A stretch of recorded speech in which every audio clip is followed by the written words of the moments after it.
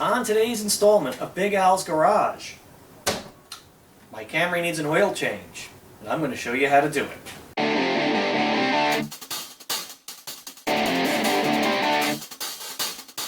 Well, how y'all doing, everybody? It's New Year's Eve, it's the last day of 2021, and Camry has spent the last 2 weeks being driven all over the state of South Carolina. We are actually past the 5,000 mile mark, which I feel bad about, so it's time to change her oil. I'm going to show you how to do it. Here we are under the car. First thing we're going to do is drain the oil out of the pan. So we're going to take our catch pan, position it strategically under the drain plug. I have to move my light, unfortunately. Blind myself in the process. There you go. Here's your drain plug. Takes a 14mm socket. You're going to need a ratchet and some paper towels for this part of the job. Make sure it's set to loosen. Righty-tighty, lefty-loosey. And I've got it on tighten. Fix that. Catch pan back here so we don't make a mess. Oh, and you want to throw an old cardboard box or something under here too, so you don't get oil on your garage floor.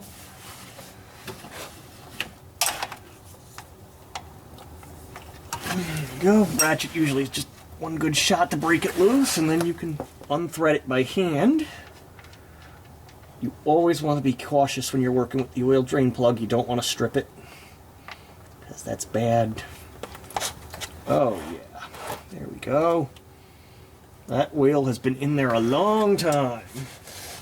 While that oil drains out, I want to tell you a little bit about oil viscosity. That is your oil's thickness.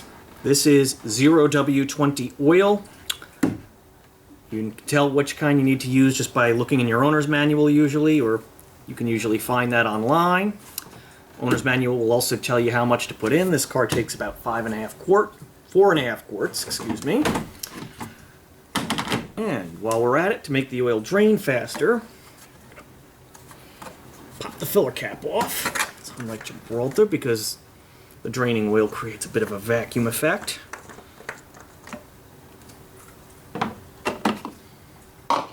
Funnel in there. Okay, it's been about 5 minutes. The oil is slowed down to a trickle. We're going to take a little bit of oil left over from the last change, pour it in the top just to flush the old dirty stuff out. Just a little splash.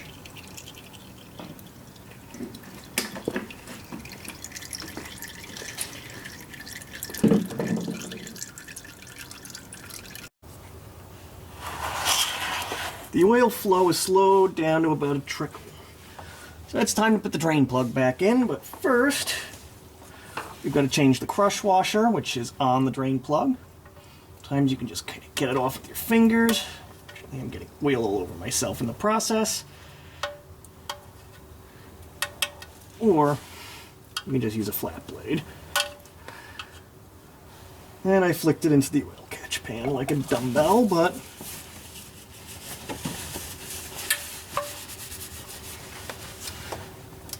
the replacement oil filter comes with a new crush washer. Slip it, take your drain plug, right here, I've cleaned it up a little, slip the new crush washer on over it.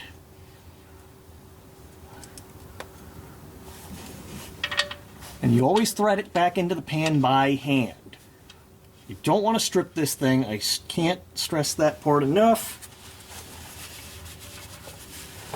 We took it apart with a ratchet. We are going to put it back on with a torque wrench and torque it up to 30 pounds, 30 foot-pounds.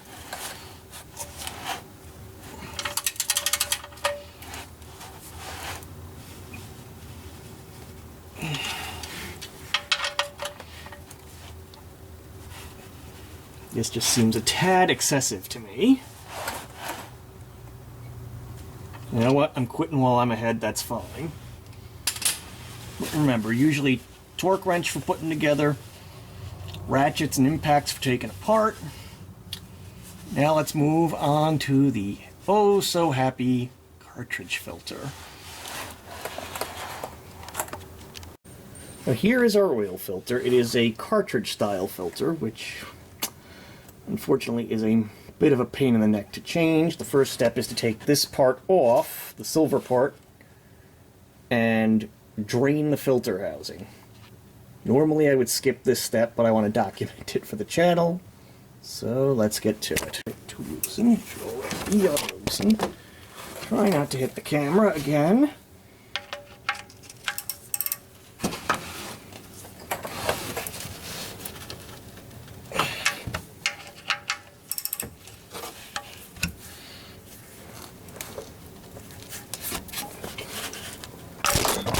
I knew that was going to happen.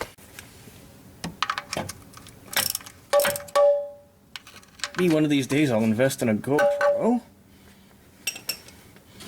So this comes out. There's a little O-ring in there that also needs to be changed, which appears to have been leaking. Lovely. Alright. Now the good folks at Toyota give us this little plastic doohickey that you are supposed to jam in here and drain out the oil that is in the filter housing. Practice, it's a great way to just get it all over your hands, as you can see. You should have worn gloves.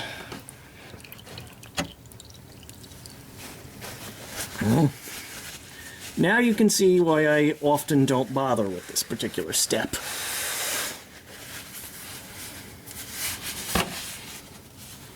It also makes changing sockets on the ratchet that much more difficult now that my hands are all covered with oil.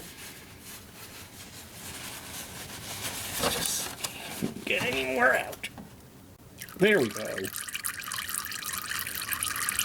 And that's how it's supposed to work. That is enough of that. Alright, now we need to change sockets.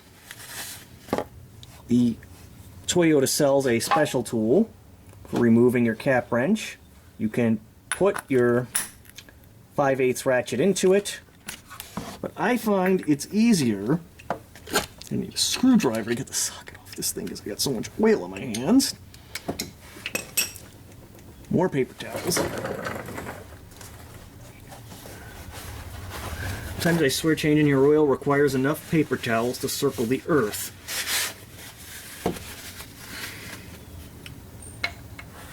Great.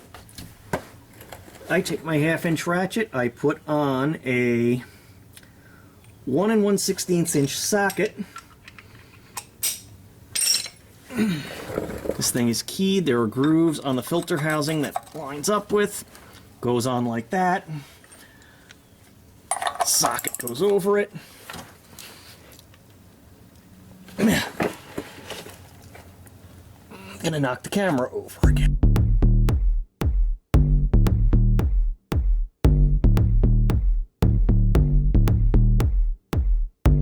Moving on with the filter, where we have the housing and the kit that I got from Toyota, we have the element and 2 O-rings. First O-ring is down here where the drain port is low. And no matter how much you dump this thing out, there's still oil in it. Another reason to hate cartridge oil filters.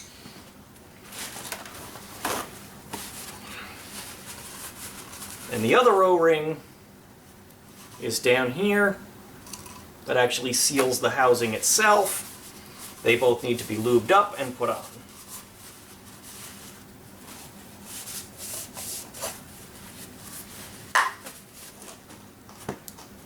I'm going to take some oil that I had left over from the last change. Paper towel. First I'm going to open the plastic pouch with our O-rings in them.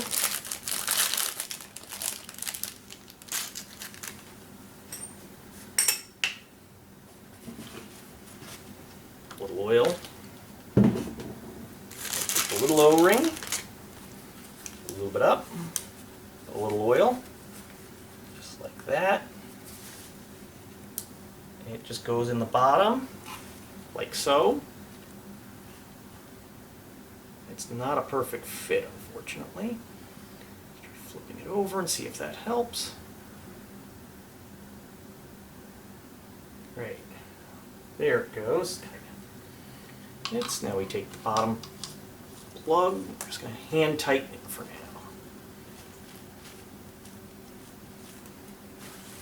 When I get this back on the block, I'll actually take my ratchet and tighten it up.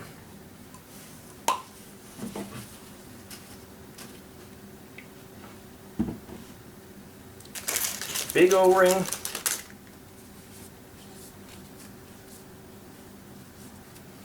And that just fits into this groove down here along the bottom of the housing.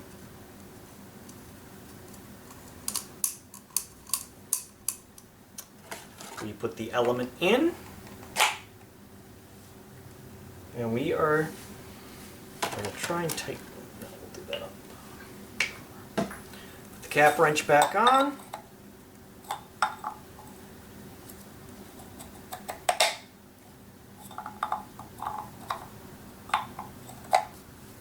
Stick that underneath the car. And let's put it back on, and then we just have to fill it up and we're done. Alright, time to put the filter back on. Always start by hand. Don't want to over tighten it. Well, unfortunately, that gets the cap wrench stuck on there. So,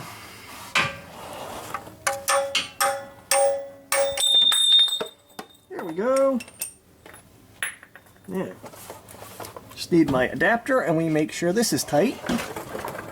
We're ready to fill her up. Time to fill her up. 4.5 quarts. In we go.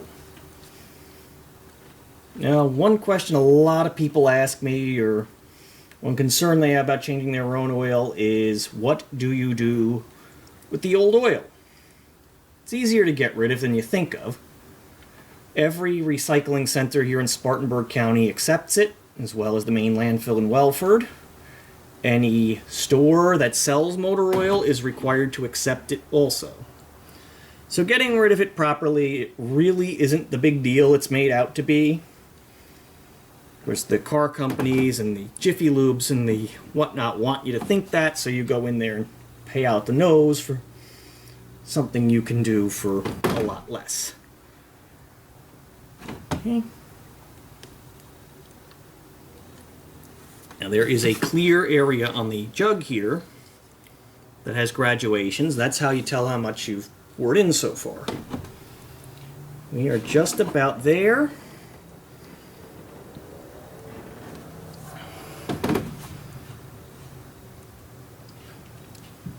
One more splash ought to do it. And done.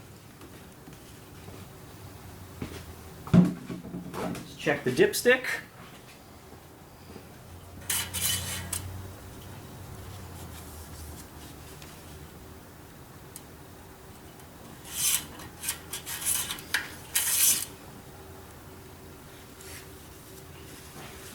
Check it one more time. I think it's showing a little low still, but we are on a slant. Yep, we need to just add a trace more.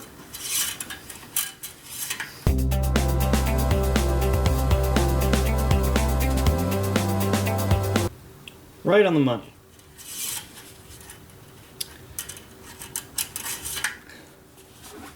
And that is it. See how easy that was?